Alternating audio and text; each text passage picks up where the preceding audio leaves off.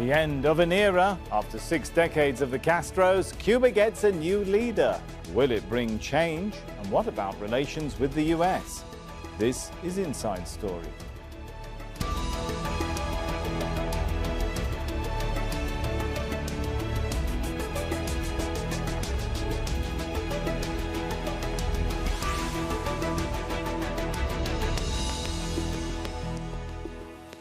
Hello and welcome to the show. I'm Sami Zaidan.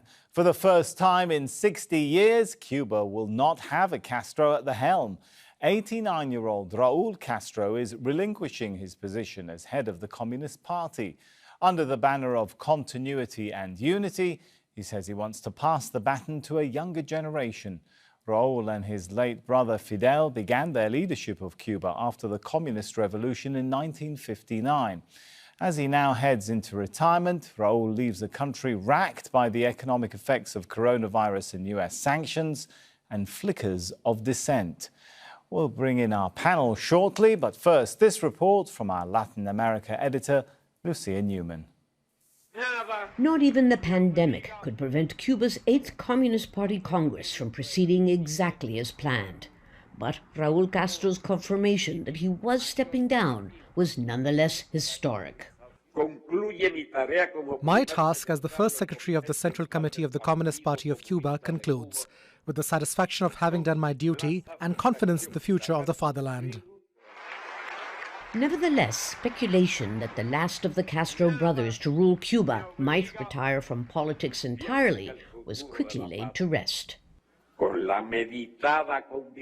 I have reached the meditated conviction not to accept offers of any other top party position, but I will remain in the party as one more revolutionary combatant, making my humble contribution till the end of my days.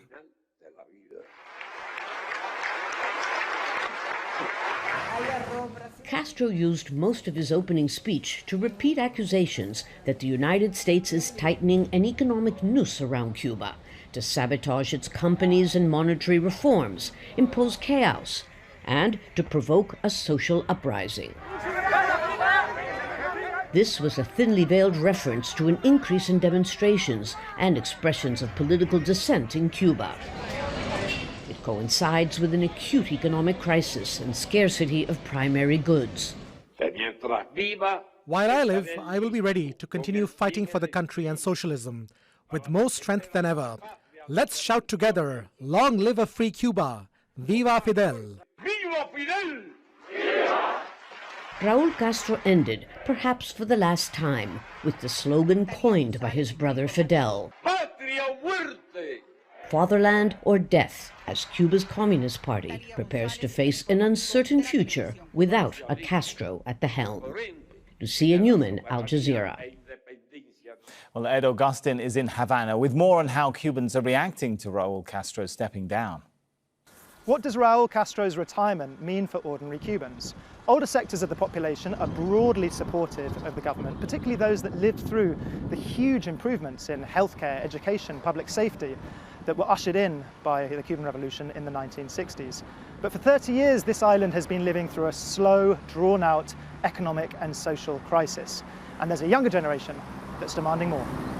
The first thing I changed is I'd get rid of the blockade so that this marvelous country would change.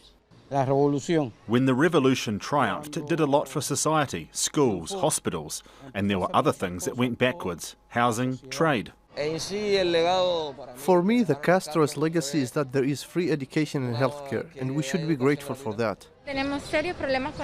We have serious problems with freedom of expression. Most Cubans are scared to express themselves because they are scared of reprisals, or that the police hound them in the street, or that they take them away in a police car because they won't know the real problems we have. Cubans are living through their most serious economic crisis since the fall of the Soviet Union. This island's been lashed not only by the pandemic, but also by powerful new sanctions that the Trump administration put in place. Improving the economy is the island's main political challenge. But the mood here in Havana is that more than anything any Cuban leader can do, improved economic future, hopes and dreams run through improved relations with the United States. Let's get the thoughts of our guests now. Joining us in Washington, D.C., Philip Brenner, Professor Emeritus in the School of International Service at the American University in Washington, D.C.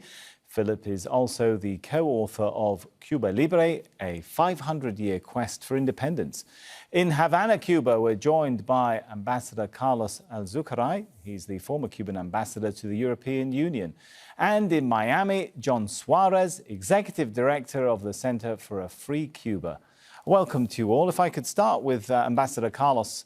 So does the change in leadership, Ambassador Carlos, mean a greater chance now of political change in the country? Well, I think it's you have to understand that this change in leadership has been going on for more than 10 years since Raul Castro took over as president and first secretary of the Cuban Communist Party. He announced that there would be a transition from what I call a generational transition of power. There have been changes in a number of things. For example, there is a new Cuban constitution that was approved in 2019, which changed the system towards a more collective leadership kind of system. But it remains basically the socialist type of system with a single party and basic control of the political process by the Cuban Communist Party. But we have now a broader democratic debates on Cuba. As a matter of fact, all the main documents that today exist in Cuba and decide and set the pattern of where Cuba is moving were broadly discussed by the Cuban citizenship and approved only after that discussion. So we are in the middle of change in the broad sense of continuity from what were the 60 years of the two brothers being the major political figure in Cuba. All right, let's bring John in. John, listening to that, Cuba has been undergoing political change for the last 10 years, said the ambassador, and now there is greater, perhaps, scope for discussion of change. How excited are you? Unfortunately, not terribly excited. And if we see what's taking place with dissidents, one example is the San Isidro movement, the 27N movement that has been experiencing some severe repression over the last few months. Not much real change has occurred. Just to enlighten viewers, you're referring to the protests in November by well, started at least and the request, and also the agreement, and also an agreement initially with the Minister of Culture for a dialogue, which was then broken by the minister and actually ended up physically assaulting some of these demonstrators a couple months later. But to the ambassador's point of a transition, what's been taking place has been a succession, first from Fidel to Raul Castro, and I believe it may not be formal this time, but a succession from Raul Castro to a new generation of Castro leaders, most prominently Alejandro Castro Espín. Why do I bring up his name? Alejandro Castro, then Lieutenant Colonel back in 2014, was the main person who negotiated the normalization of relations between the United States and Cuba. He also organized the visit of Vladimir Putin in that same time period.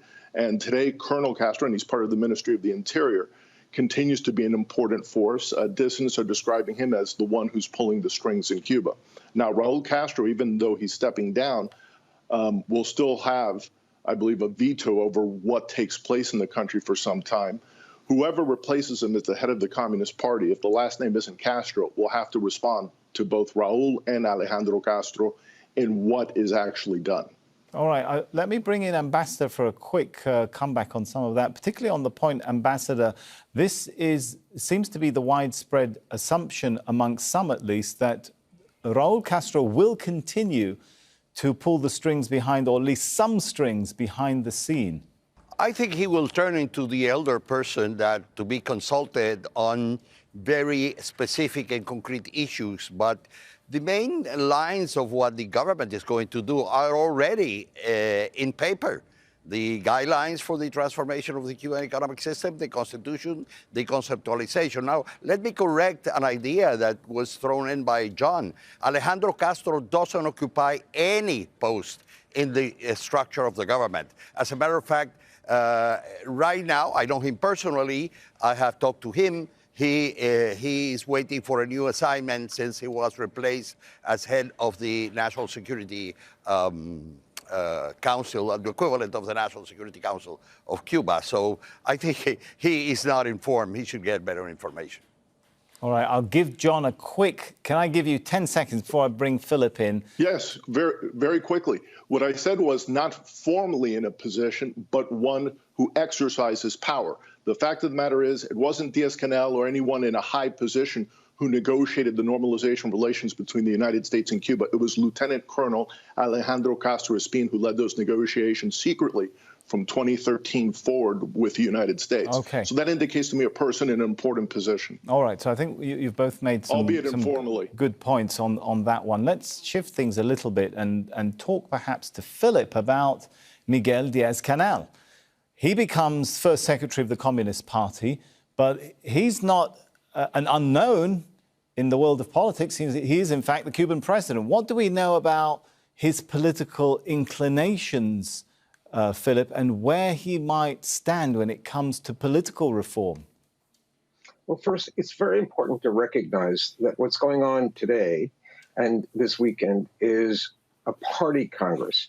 And one of the achievements that Raul Castro had was that he worked very assiduously to separate the party from the government. And so Miguel Diaz-Canel was elected president in 2018.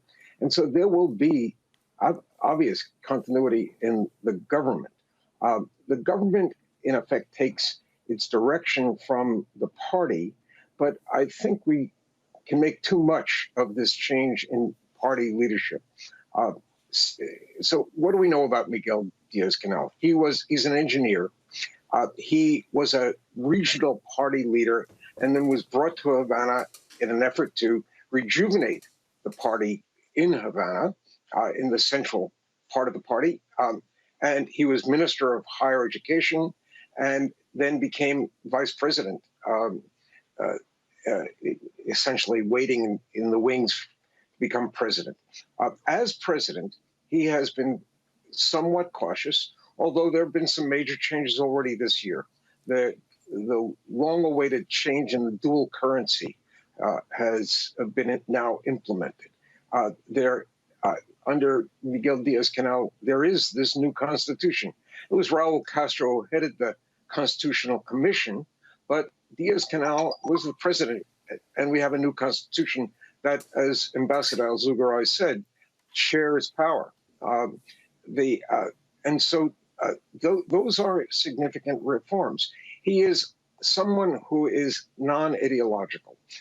He is someone who tries to do things almost like an engineer, and sometimes that misses the human element. And I think that's the biggest complaint about Miguel Diaz-Canel. He lacks a kind of charisma. He lacks an intuitive understanding of politics. But he's not an ideologue.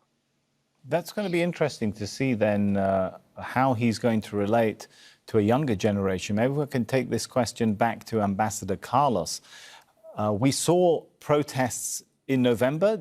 Do you think that this current leadership is going to be able to manage expectations? Or do you think there's a chance we might see protests emerge once again? Okay, let me answer by this. I think let's not put too much on these demonstrations. They existed. I don't think they were handled as they should have been handled. I have been on the record as criticizing the way that the Ministry of Culture and the Ministry of the Interior handled the demonstrations. But these are not, huge events. They are rather limited events. What you have to focus on is on the thousands of Cubans who are right now fighting the main battle that Cuba has today, which is vanquishing the pandemic, the COVID. That's every country in the world. Cuba is dealing with that. There are thousands of young people Ambassador, but at hospitals, isn't it at fair labs, to say, working on these issues. When we look at the fact that the San Isidro movement, it existed for around 2 years, isn't it something worth taking note of? Can we not say that there is at least a section of the younger generation that wants more plurality in the country? This is not a microscopic phenomenon. I am not saying it is a microscopic. I am not saying that there have not been wrong reactions to the diversity of Cuba. What I'm pointing out is that exactly that Cuba is diverse. It's not the question of the government confronting San Isidro or the 27N. There are many other actors. As a matter of fact, for example, when 27N happened, about 300, 500 intellectuals joined at the demonstration, at the manifestation in front of the Ministry of Culture. When they tried the same thing again in January, simply nobody appeared because they didn't have the reason to appear, because there have been a parallel discussion of which, for example, I have been part, in which we are discussing these issues. So on the other hand, you have all the people who are working to make the pandemia disappear. And these are supporters of the government. Obviously, they are not against the government. They are doing, and here there is an example of the government doing something very well indeed, working on the pandemia on the basis of scientific advice, on the basis of what the health people are telling them what they should do. And on the other hand, there was the badly managed situation with San Isidro and the 27N. Okay. This is not two sides confronting each other. This is a many-sided political situation in which everybody is putting something in. Okay, let me bring John into the discussion for your perspective on this point. How easy is it going to be to keep power centered within the Communist Party when the leader no longer has the revolutionary credentials, that legend status of the Castros? Well, I think very simply, while Raul Castro is still alive and also other members of the historic generation continue in high post in office, they'll be able to do that. The question will be, as was the case with Fidel Castro's death, if there'll be some sort of psychological break with Raul Castro's death. And that's why you see this 10-year process of the nomenclatura and the Castros trying to manage those expectations with this succession model.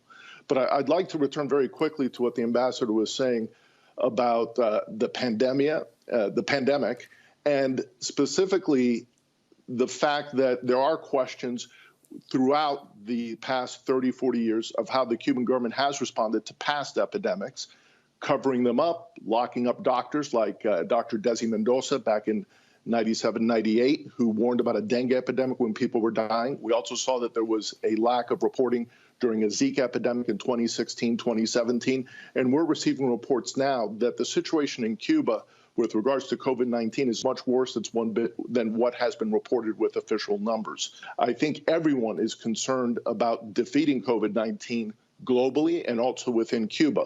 But in addition to that, the failure John, of the isn't Cuban it accurate to say, though, that Cuba has done better than some of the neighboring regional countries in containing? We don't know, because they in 2016, 2017, those claims were made about the Zika epidemic that broke out in the region. And then in 2019, we found out, because of tourists who'd been infected by Zika in Cuba through contact trace studies, that Cuba had done as badly as everybody else in the region. So my suspicion is that if we see that, for example, the Dominican Republic has 4,000 dead of Zika, that's probably much closer to what the real number is in Cuba, not the numbers provided officially. All right, I can see. But one very additional briefly, point I wanted 5 to make, seconds. hold on, very briefly, is that direct shipments of humanitarian aid by NGOs and by the Cuban diaspora has been blocked during this time of economic hardship in Cuba, and that's on the Cuban government. All right, okay, let me give Ambassador Carlos a chance to come in quickly.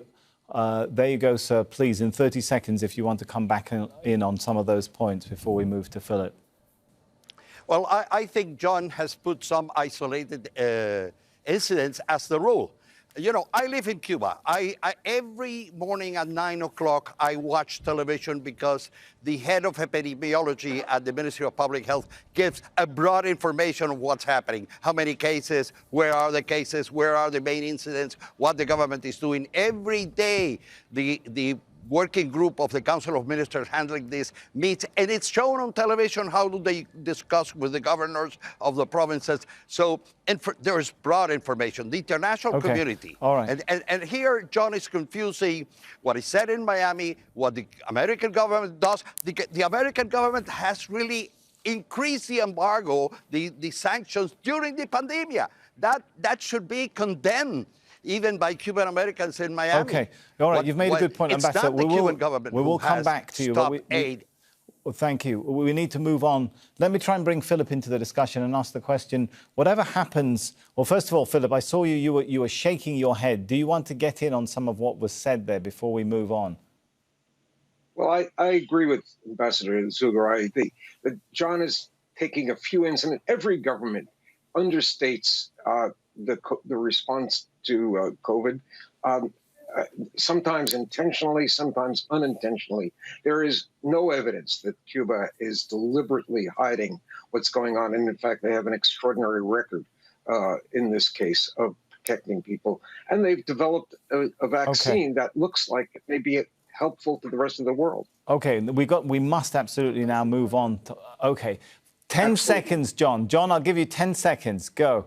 Dengue, and they have done this with Zika, they've done this with dengue, they've done this with cholera in '98, in 2012, and in 2016, 2017, in terms of underreporting or all right, you made your point, John. Doctors from speaking out. All right, you made your point. We must move on to talk about economics. Philip, whatever happens with politics, is it fair to say economic reform must absolutely be stepped up by Diaz-Canel?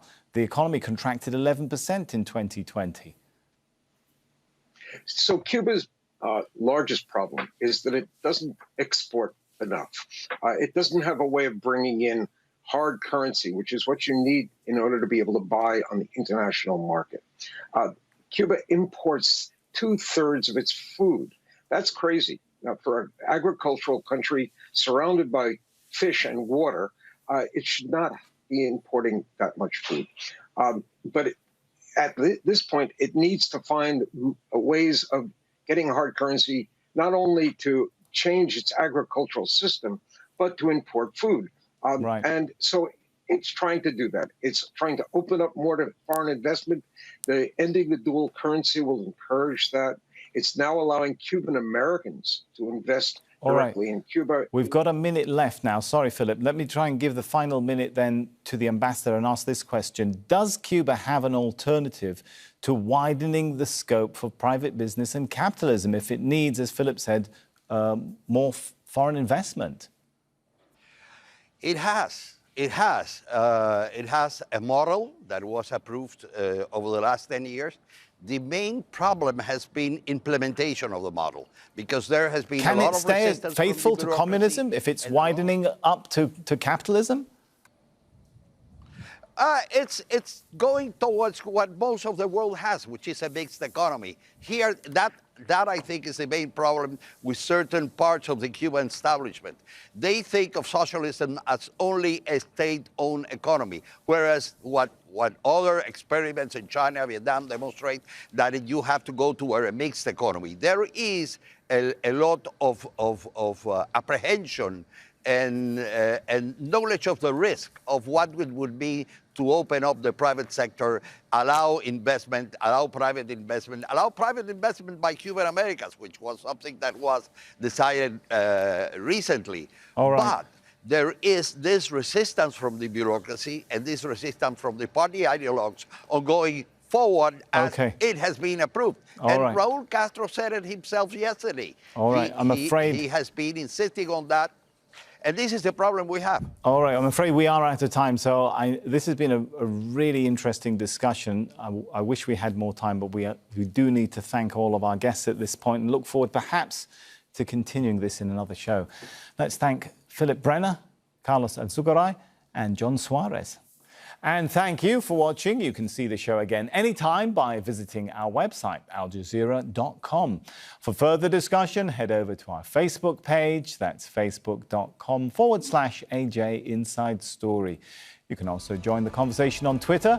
Our handle there is @AJ Inside Story. From me, Sami Zaidan, and the whole team here, for now, it's goodbye.